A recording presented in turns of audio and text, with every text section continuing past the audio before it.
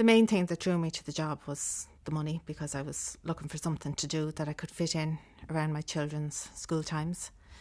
And the exercise and the challenge of getting a job and getting it done within a certain time frame, and the satisfaction of getting the job done.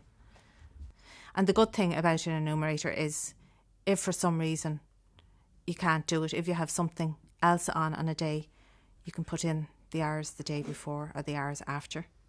And the other thing is that you don't need any particular qualification for it. You don't need a degree to do it, or you don't have to have anything, just yourself and the person you are.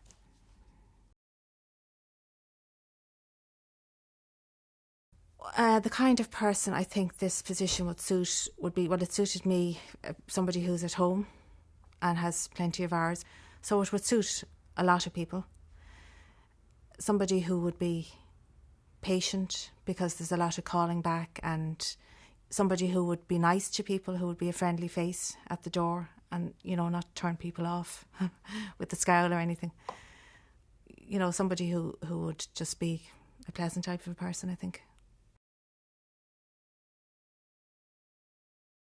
My assumption was that it was a case of just calling to houses. Somebody was in or they weren't in, handing in the form, and then it's done. They do it, they give it back, and everything's fine.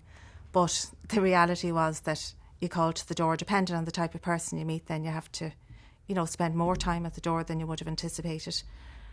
Explain yourself. Some people then want you to come in to help them, which takes more time than you would have expected at the beginning. But it was more or less as my expectation, except it just took more time. So you have to be willing to put in a lot of time, and you have to deal with people, I think, as you find them. You have to decide which way, whether you can be brief with them or whether you need to go into, take more time to try and coax them to fill this in for you. The most rewarding aspect of the job would be meeting so many different people and realising that most people are genuinely nice and helpful, and just, to meet elderly people and maybe bring somebody into their home who may not have been there, give them somebody to chat to for a couple of minutes. And then just the children in the area would get to know you, and, just to be out in the fresh air, to be exercising as well, just to get you out. I found there was a sense of community, because when you'd go knocking on the doors, other people who you may have called to before, they might see you might be on your third time, and they'll come out and they'll tell you, this person isn't here, or, I'll tell this person you called, I'll tell them what time you call back. And everybody seemed to know everybody, and they got to know you by name, some of them, and just were out to help you to do your job.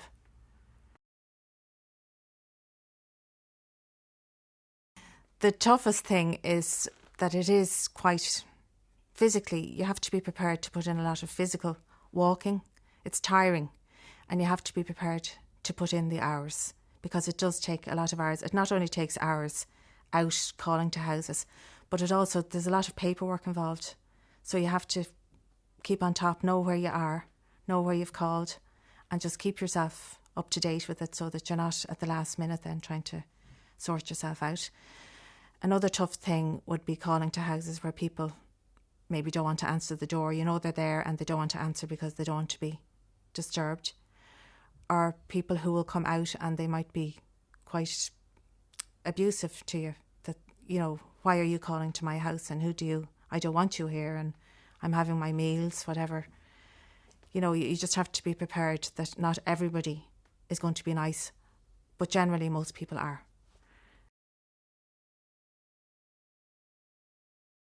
Every enumerator would have a supervisor who would be supervisor to, I think it was 6 enumerators. And you could always call on your supervisor to help you. Whatever situation you were in, if you felt you needed help, you just phone your supervisor and she's always there.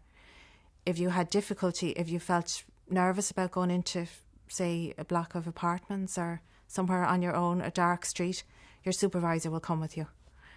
And if you come across somebody who may be difficult to deal with and you feel you can't deal with that, your supervisor will sort that out for you. So you always have somebody, you're never on your own. My advice to a first-time numerator would be have a comfortable, very comfortable pair of shoes.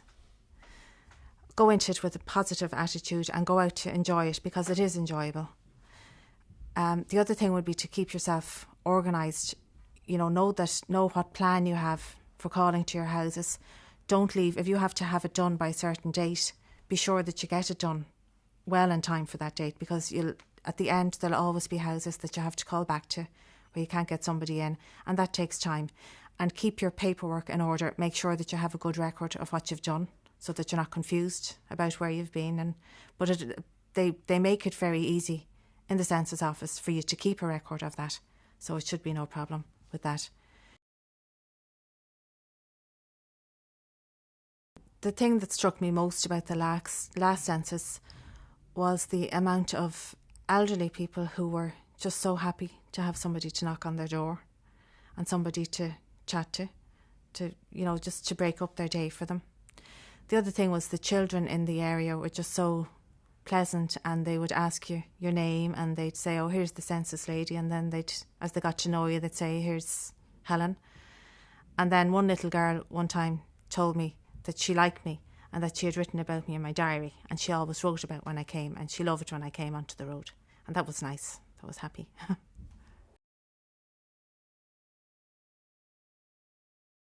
The type of people who struck me the most in the last census were the elderly people who would have needed, a lot of them would have asked for help with filling in the form.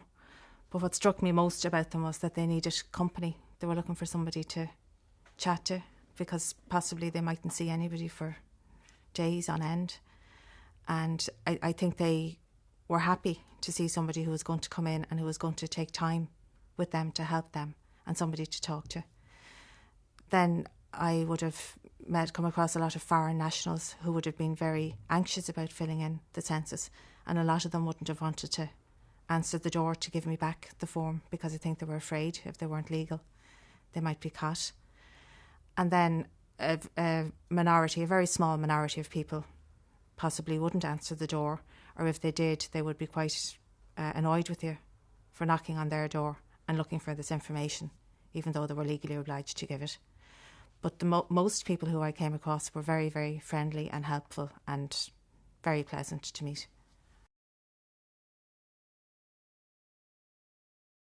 A typical day as an enumerator would be, first of all, you would plan how many hours you're going to go out, or how many houses you're going to plan to call to. Get your forms sorted before you go, so that you have enough forms with you. You're not going to run out of forms. And you just have everything set up in your bag. Have your clipboard with you where you can tick off where you've called. You would go out, knock on the doors, drop in as many forms as you can, or else pick up as many forms as you can in the pick-up stage. Go home then and make sure that you have a good record of where you have dropped off or what you've done that day, so that you're ready for the next day then.